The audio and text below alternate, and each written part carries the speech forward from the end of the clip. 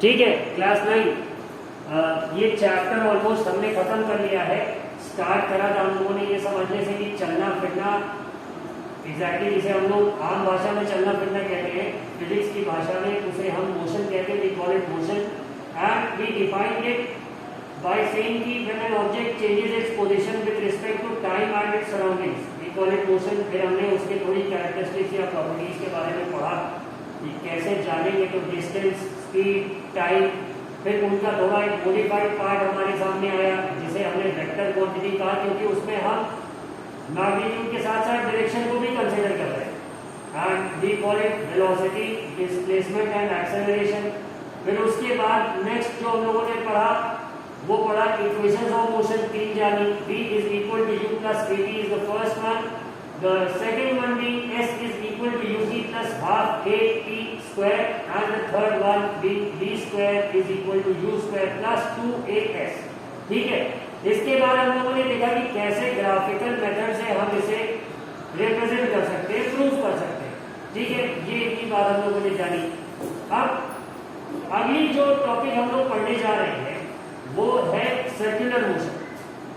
अगर कोई ऑब्जेक्ट या कोई बॉडी एक सर्कल में मूव कर रहा है तो उसके मोशन की कैरेक्टरिस्टिक्स कैसी होगी, क्या होगी, क्योंकि कुछ ना कुछ क्वेश्चन हमारे सामने अभी तक ऐसे आ गए जिसमें अगर कोई ऑब्जेक्ट सर्कल में मूव कर रहा है तो उसकी स्पीड तो हम डिटरमाइन कर सकते हैं, उसकी डिस्टेंस हम डिटरमाइन कर सकते हैं, बट उसकी डिस्प्लेसमेंट और उसकी वेलोसिटी जीरो हो जाएगी। तो थोड़ा सा समझना था कि सर्कुलर मोशन एग्जैक्टली है। तो देखते हैं, can you see this screen of Pinterest. ठीक है, तो अब अगर suppose let me look for the figure. ठीक है, सर्कल किससे बनेगा, ये थोड़ा ओवल। ठीक है, suppose it's a circle, you can see एक सर्कल दिख रहा है आपको। हाँ, अब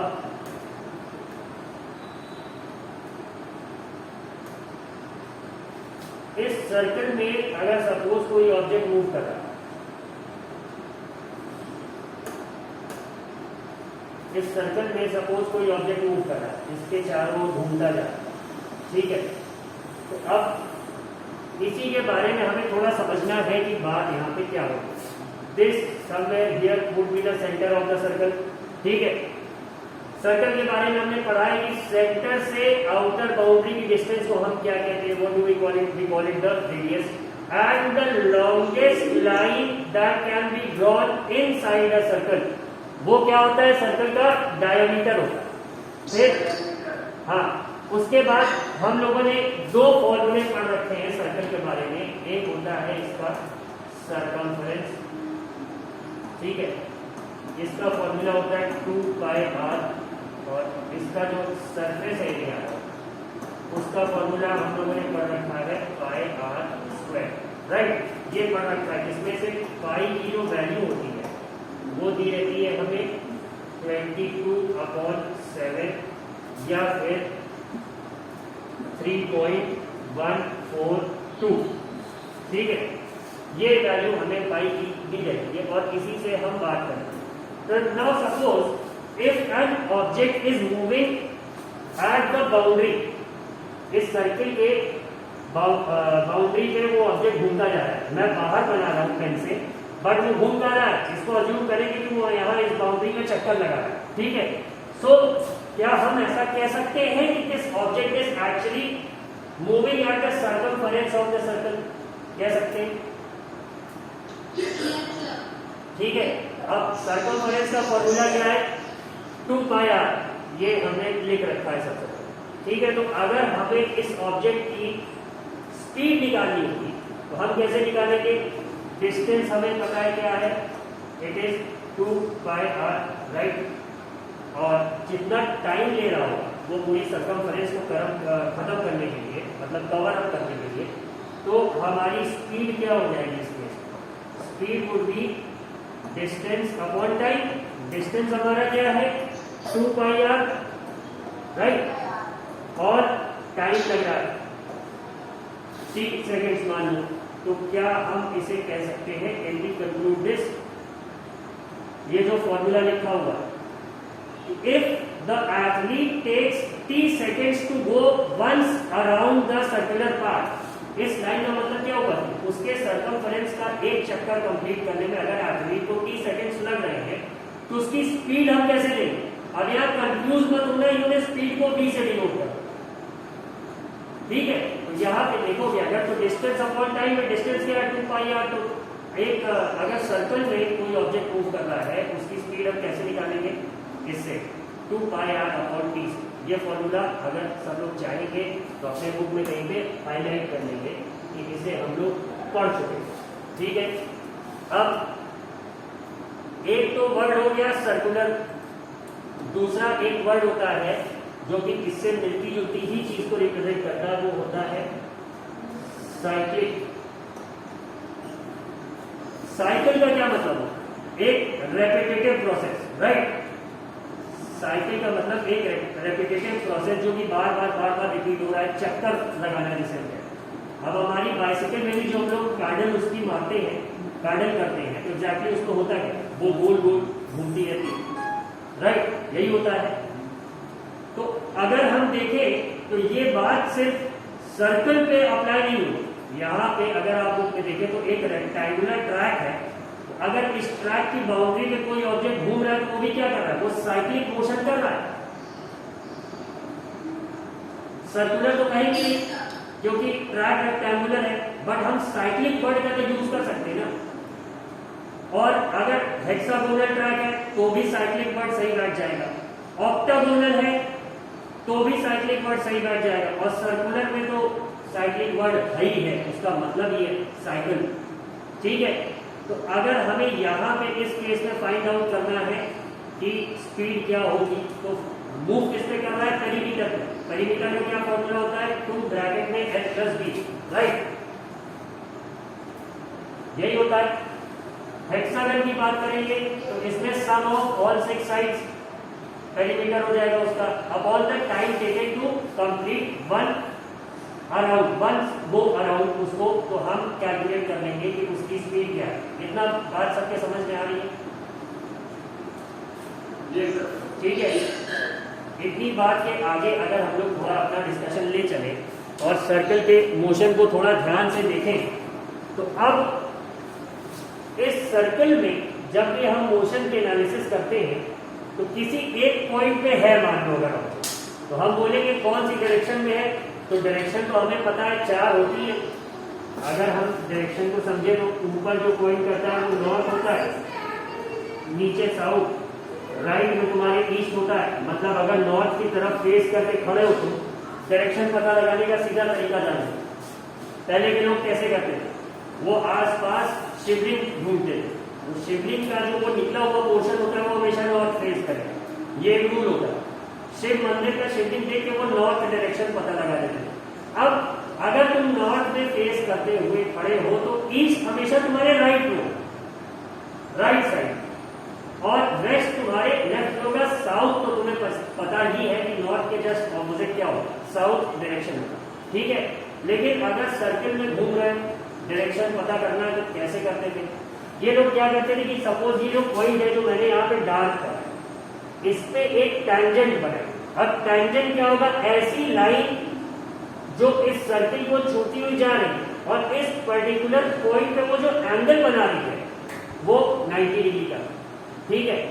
तो इसे हम देखते थे और इससे हम डायरेक्शन फाइंड आउट करेंगे, विल ड्रॉ अ टैंजेंट। लेकिन फिर हम एक और चीज हमने देखी कि जैसे जैसे पॉइंट चेंज होता जाए टैंजेंट की डायरेक्शन बदलती जाएगी, चेंज होता जाएगा। मान लो ये वाला जो पॉइंट है अभी हम जैसे सर्कल कर रहे हैं, अगर इस पे हमें डायरेक्शन कैलकुलेट करना है तो एक टैंजेंट हम ड्रॉ करेंगे जो कि 90 डिग्री के एंगल में होगा। अगर ऑब्जेक्ट क्लॉकवाइज घूम रहा होगा तो उसकी डायरेक्शन क्या होगी, ये, और अगर एंटी क्लॉकवाइज घूम रहा होगा तो उसकी डायरेक्शन ये होगी, ठीक है। ये फिगर पूरा खराब हो गया है, गंदा हो गया है, बट काम करके दिख रहा होगा, ठीक है। इतनी बात समझ में आ गई सबको कि डायरेक्शन एकदम ऑपोजिट हो जाएगा और सर्कुलर मोशन पे डायरेक्शन फाइंड आउट हम कैसे करेंगे, एक टैंजेंट ड्रॉ करके हमें समझ में आएगा। लेकिन जो निष्कर्ष हमें निकालना है, जो हाँ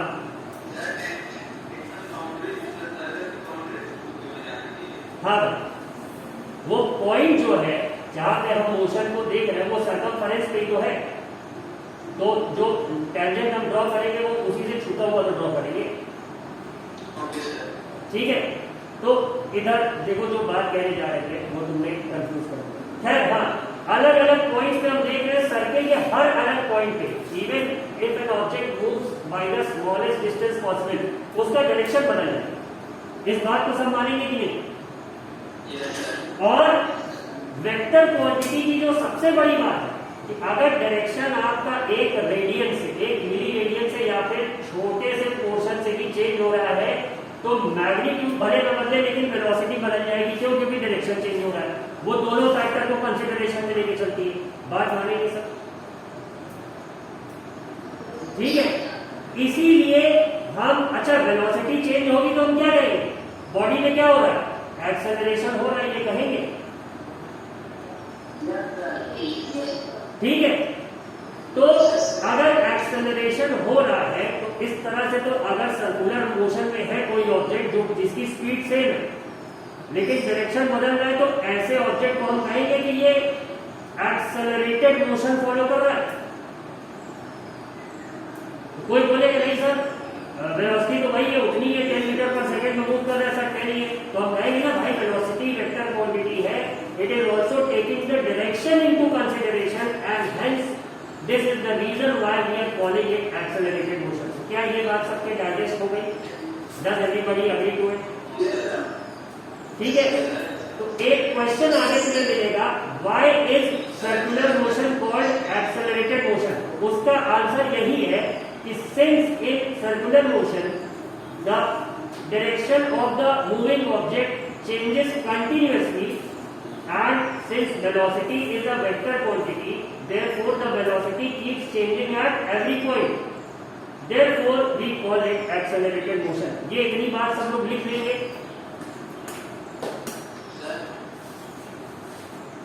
हाँ सर बताइए सर।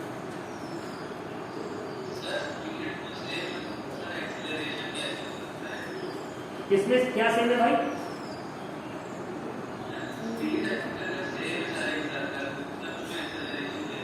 स्पीड क्या बताता है? स्पीड स्केलर क्वांटिटी, उसको मतलब सिर्फ किससे? मैग्नीट्यूड से, उसकी जो वैल्यू है रेट ऑफ मोशन से। ठीक है, लेकिन वेलोसिटी क्या है? वेक्टर क्वांटिटी है। वेलोसिटी को किससे किससे मतलब है? उसे मैग्नीट्यूड से तो मतलब है, लेकिन साथ में वो एक और चीज पकड़ के चल रहा है, वो है डायरेक्शन। ठीक है, अब डायरेक्शन अगर सर्कल के मोशन में हर पॉइंट पे चेंज हो रहा है तो मैग्नीट्यूड बदले या ना बदले, लेकिन हम क्या फिजिक्स ये बोल देंगे कि नहीं भाई वेलोसिटी बदल रही है। क्यों बदल रही है? वही जो बात तुमने बोली सर स्पीड तो वही है, क्या नहीं वेलोसिटी में डायरेक्शन भी तो बदल रहा है, इसीलिए हम इसे कहेंगे वेलोसिटी चेंज हो रही है, और वेलोसिटी चेंज हो रही है तो एक्सेलरेशन भी हो रहा है। शशांक भाई बात समझ में आई? ठीक है, तो ये इतनी बात सबके दिमाग में घुस गई। सर्कुलर मोशन को एक्सेलरेटेड मोशन क्यों कहते हैं, ये बात सबके समझ में आ गई? Yes, sir. आगे देखा जाए। ये इतना थका हुआ है सर जिसने बोला भाई क्लास मत करो, लेकिन इतना थका हुआ है सर मत करो।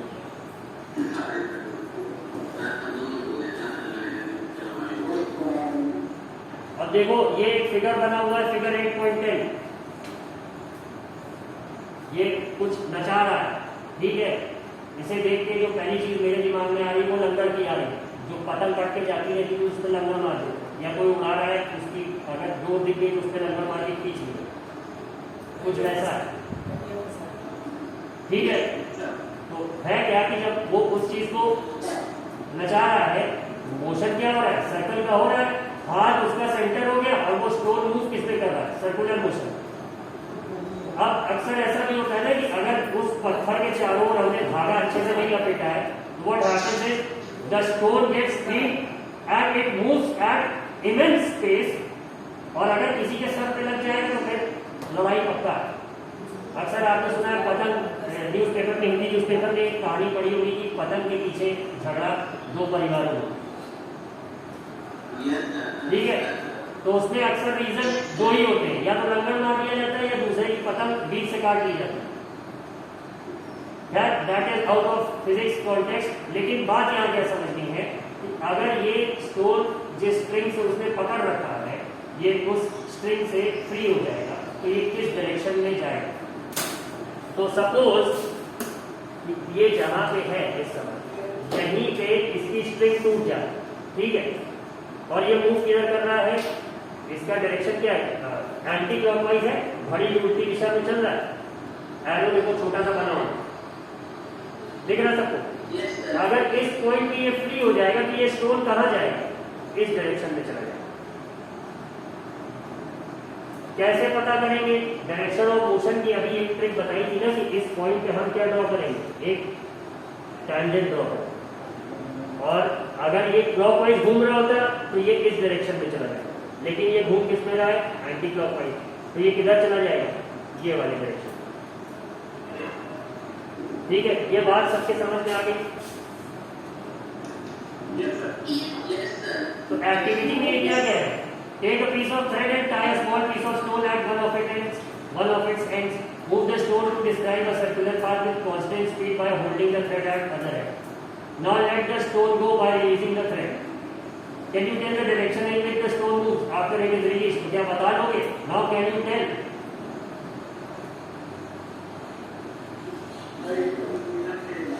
हाँ?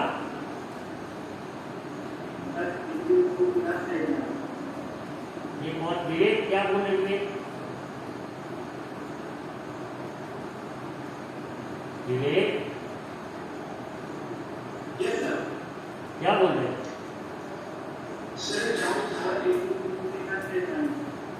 देखो डाउट विवेक की आवाज तो धीमी होगी। मैं वेट कर लो, विवेक कौन सी आवाज समझे। विवेक तुम्हारी आवाज जैसे क्लियर नहीं आती।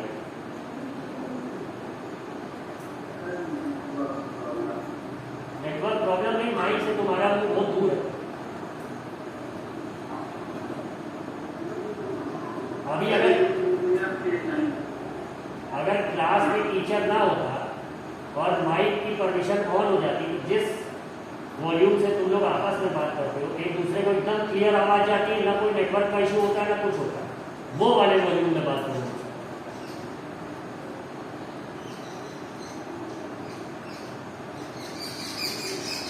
विवेक नहीं बोल रहा आज क्या पूछ रहे हैं?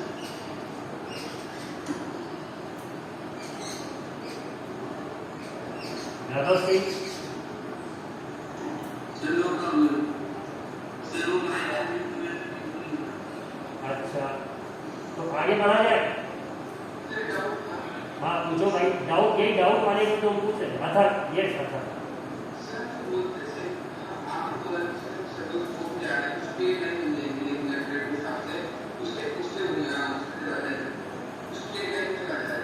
हाँ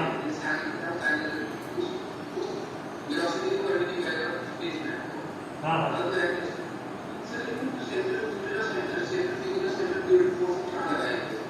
सेंट्रीफ्यूगल और सेंट्रीपेटल फोर्स, सेंट्रीफ्यूगल और सेंट्रीपेटल जाती है। एक फोर्स जो सेंटर से बाहर की तरफ एक्ट कर रही होगी और एक जो सेंटर की तरफ ले जा रही होगी। जैसे वर्लपूल अगर हम लोग पानी में देखते हैं तो वो अंदर खींच रहा होगा, ठीक है, और इस स्टोन के केस में हम क्या देखेंगे कि वो बाहर की तरफ जाना चाहता है, राइट। तो सेंट्रीफ्यूगल और सेंट्रीपेटल फोर्स यही होती है, when you stir something like this, तो जो बाहर की तरफ होगा वो बाहर जाना चाहेगा और सेंटर पे जो ऑब्जेक्ट है वो बाहर की तरफ मूव करेगा, राइट। और एक मोशन ऐसा होगा जिसमें सब कुछ सेंटर की तरफ सकेंड हो जाएगा। इसी की बात कर रहे हो। इस केस में कौन सी फोर्स लगेगी, यही क्वेश्चन है।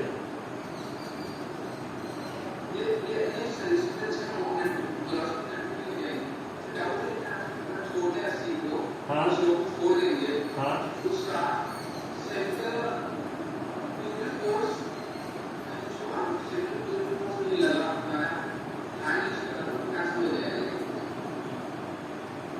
क्वेश्चन तुम कम्युनिकेट अच्छे से अपनी भावनाओं को नहीं करता, हिंदी में बोलो।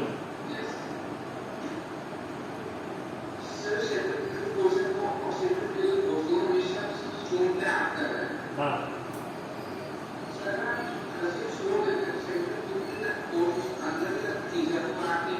नहीं करेंगे।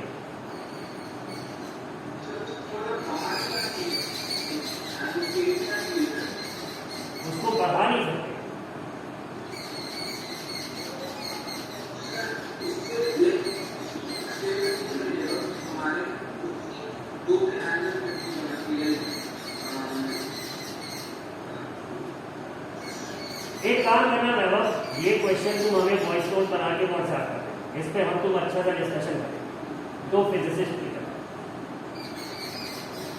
ठीक है? ये दोनों के लिए कन्वीनियंट है।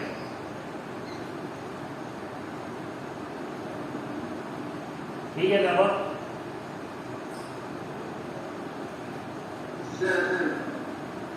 अथर, हाँ सॉरी अथर इसको हम लोग आराम से व्हाट्सएप कर देना, इस पे हम लोग अच्छा सा डिस्कशन करें, ठीक? हाँ, तो अब अभी के लिए जो बात हम लोग डिस्कस कर रहे थे, ये इतनी बात समझ में आ गई। अब इन्होंने कुछ एग्जाम्पल्स दे रखे, देखो ये बात आ गई ना, if you carefully note on being release the stone, ये वाली जो लाइन है, the stone moves along a straight line tangential to the circular path, ठीक है? अब टेंजेंट अगर मैथ्स में पढ़ा होगा तुमने, तो टेंजेंट क्या होती है कि किसी पॉइंट पे वो लाइन जो उससे 90 डिग्री का एंगल बना है, वही होता है टेंजेंट। इतनी बात सब लोग मान लें। देखो वही चीज इन्होंने इस पे डिस्कस करी है, और इसके बाद इसके कुछ प्रैक्टिकल एग्जांपल्स दी।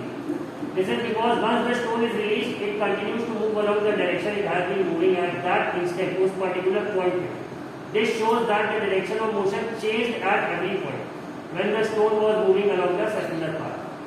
ये इस एक्टिविटी में यही तो कह रहा है ना कि अलग अलग जगह पे उसको छोड़ के देखो किस दिशा में जा रहा है, जिस पॉइंट पे तुम छोड़ोगे उस समय जो उसका स्ट्रेट पाथ होगा वो उसी पे चला जाएगा, ठीक है? अब when an athlete throws a hammer और अ डिस्कस तो इस तरह से पकड़ा जाता है, कुछ इस तरह से फेंका जाता है, ठीक है? तो वो जिस हाथ को वो अपना सर्कुलर ही ऐसे ऐसे घुमा रहा होता है ना, उसका मोशन कुछ इस तरह से होता है ना, राइट? वो इसी तरह से प्रैक्टिस करता है, फिर वो घूम के आता है, उसको फेंकता है, जिस पॉइंट पे रिलीज करेगा वो एक्चुअली क्या होगा, वो उधर ही टेंजेंट की तरफ जाएगा। इतनी बात सबके समझ में आ रही है? ठीक है? Once released in the desired direction, the hammer or discus moves in the direction in which it was moving at the time it was released, just like the piece of stone in the activity. इसी तरह से बहुत सारे example है under objects moving under uniform circular motion, such as the motion of the moon and the earth, a satellite in circular orbit, the earth, a cyclist on a circular track at constant speed, and so on. अब ये बताओ, mission Mars देखी है movie सबने, अक्षय कुमार वाली, ठीक है? उसमें क्या बताया गया था कि मार्स पे भेजने के लिए सबसे पहली चीज क्या थी, अर्थ के ऑर्बिट से सैटेलाइट को बाहर जाना था, राइट? तो अब अर्थ की ग्रेविटेशनल पुल समझ लो वो रस्सी हो गई जो कि पकड़े हुए पत्थर, और सैटेलाइट वो पत्थर हो गया। अब इनका कहना है कि मार्स तक जाना है तो पहले यहां से रस्सी को छोड़ना पड़ेगा। वो कैसे होगा? तो उसमें क्या था, उस मूवी में अगर तुम्हें याद हो तो विद्या बालन ने क्लियरली एक्सप्लेन करा था ना कि अगर ये अर्थ है और सैटेलाइट यहाँ पे है, तो पहले यहाँ पे आते थे वो लोग, तो रॉकेट का थ्रस्टर ऑन करते थे इस पॉइंट पे, ठीक है? फिर ये लोग आते थे इसी पॉइंट पे, यहाँ तक आते थे, फिर एक पॉइंट पे आने के बाद करते थे, फिर लास्ट में एक ऐसे पॉइंट पे जाते थे जहां पे भी वो स्टोन अब सीधा चला जाए, राइट? ऐसा ही कुछ था।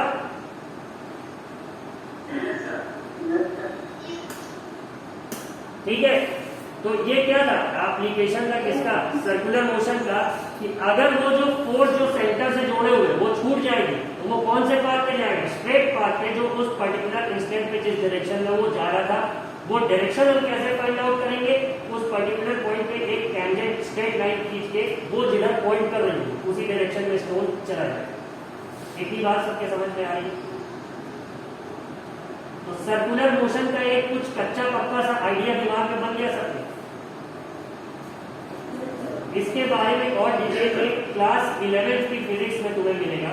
तब तक के लिए you will have to hold your emotions. अब आगे देखते हैं क्वेश्चंस की तरफ, because this topic marks the end of the first chapter. ठीक है, अब कुछ क्वेश्चन देखिए। तो एक्सरसाइजेस सबने देखी any particular question that needs to be discussed, like Anupul, let me switch on to the normal, उसमें नाम आता है मैम इसमें आज लास्ट गैलरी प्रीव्यू नहीं था।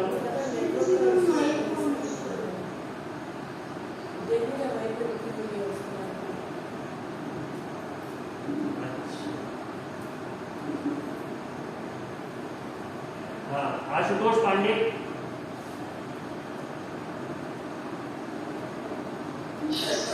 कोई क्वेश्चन जो डिस्कस कराना चाहो? आजू,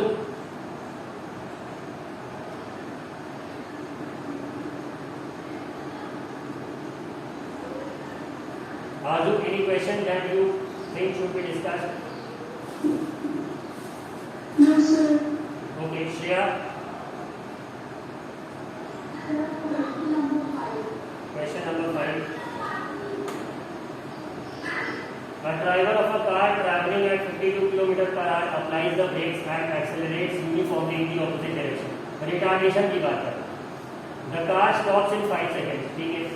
Another driver going at 3 km per hour in another car applies his brakes slowly and it stops in 10 seconds. On the same graph paper, plot the speed versus time graphs for the two cars. Which of the two cars traveled farther after the brakes were applied? अच्छा, बहुत सही question है। Graph की बात कर रहा हूं, कौन सा ग्राफ बोल रहा है प्लॉट करने को? Speed time graph. ठीक,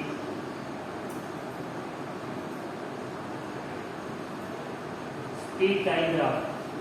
तो अगर इस ग्राफ को हम बनाएंगे तो ऐसा रहेगा, जो एक्स एक्सिस है इस पे क्या रहेगा?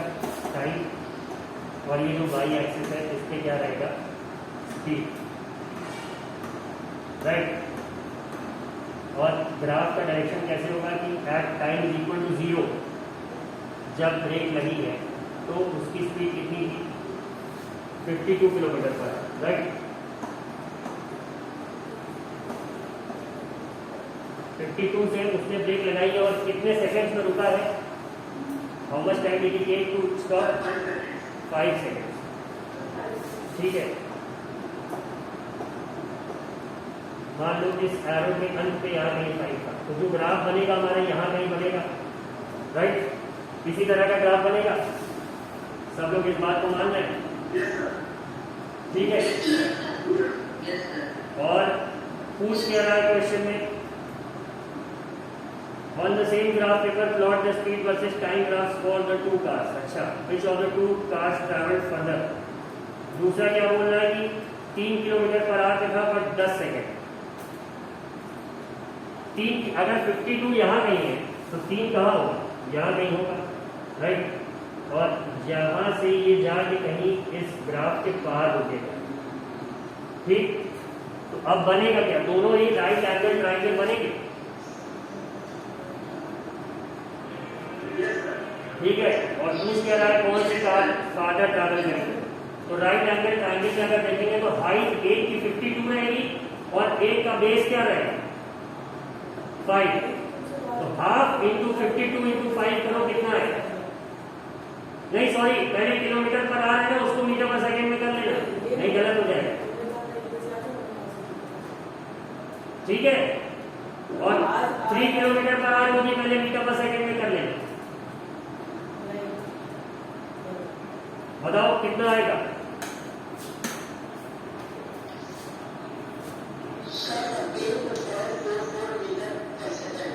किसका?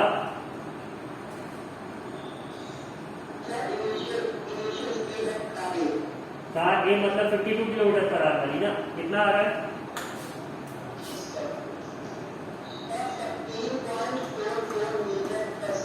14.44।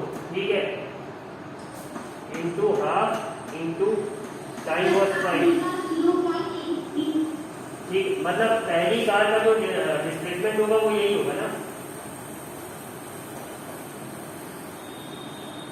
तो ये कितना आ गया? मान लो 7.22 इंटू 5 कितना आ जाएगा?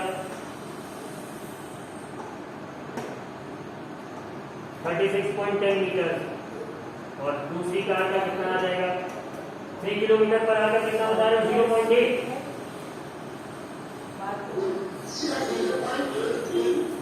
0.83 Yes, sir. और टाइम कितना है 10 सेकेंड, राइट? Yes, sir. तो 0.83 इंटू 5 करना। हाँ सुबह आपने क्लास में Now you have both the distances. कौन सी कार फादर ट्रैवल करी? 36 मीटर वाली की 4 मीटर?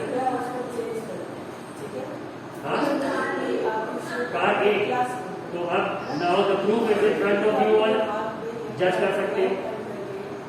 ठीक है, अब किसी के पास किसी रेफरेंस बुक में इस क्वेश्चन का सॉल्यूशन है, चेक करो, देखो सही सॉल्व हुआ है।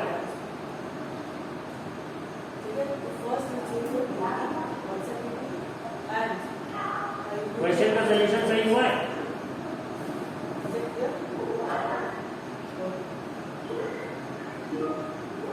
Shreya, Yes, sir. Yes, this sir. Yes, sir. Yes, sir. Sir, इसका आंसर नहीं आ रहा सर। अच्छा, आरव, Yes, sir. सर ये तो दूसरा extra question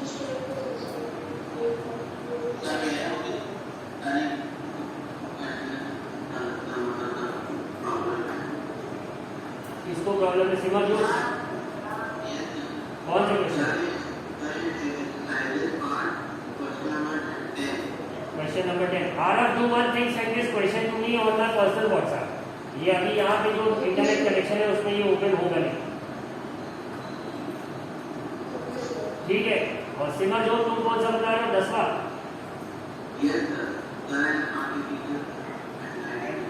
Circular orbit of radius disk, calculate its speed if it takes 24 hours to revolve around the Earth.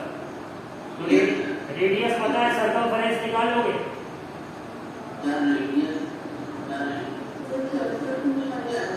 ठीक है, क्या होगा? 2πr। हाँ, और डिवाइड किससे करोगे?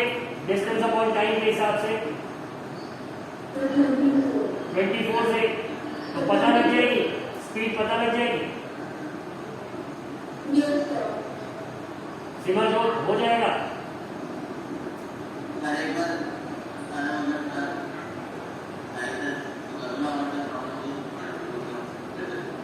ठीक है, आप तो बहुत राजा बेटे। anyone else with any questions?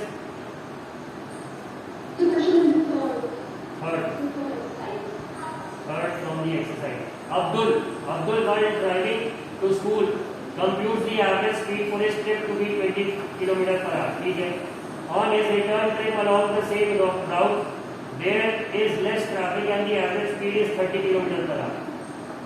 What is the average speed for Abdul's trip? देखो स्पीड की बात हो रही है, इसीलिए कुछ भी जीरो नहीं हो, वेलोसिटी की हो रही होती तो जीरो हो जाता। ठीक है, अब इन्होंने जो दो जगह एवरेज वर्ड लिख दिया है, यही थोड़ा सा दिक्कत कर रहा है।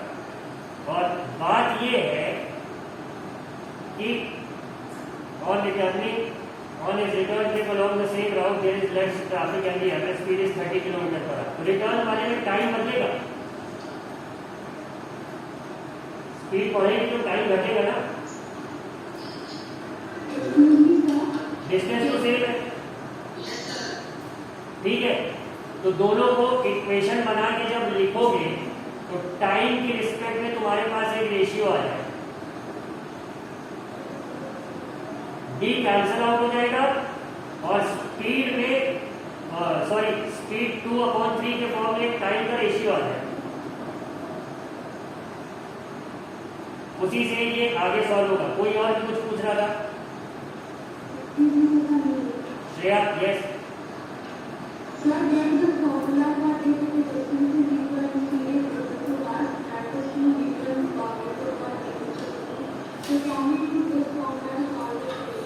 वो फॉर्मूला तो यूज कर सकते हो, लेकिन ऐसा समझो कि जैसे हम लोग सिंपल इंटरेस्ट मैथमेटिक्स में या कंपाउंड इंटरेस्ट कैलकुलेट करते हैं तो कुछ क्वेश्चंस उसमें ऐसे होते हैं जिसमें कि हम डायरेक्ट कोई ना कोई एक ट्रिक वाला फॉर्मूला लगा सकते हैं, बट वो फॉर्मूला कॉमनली यूज नहीं होता, तो सब क्वेश्चंस पे अप्लाई नहीं होता।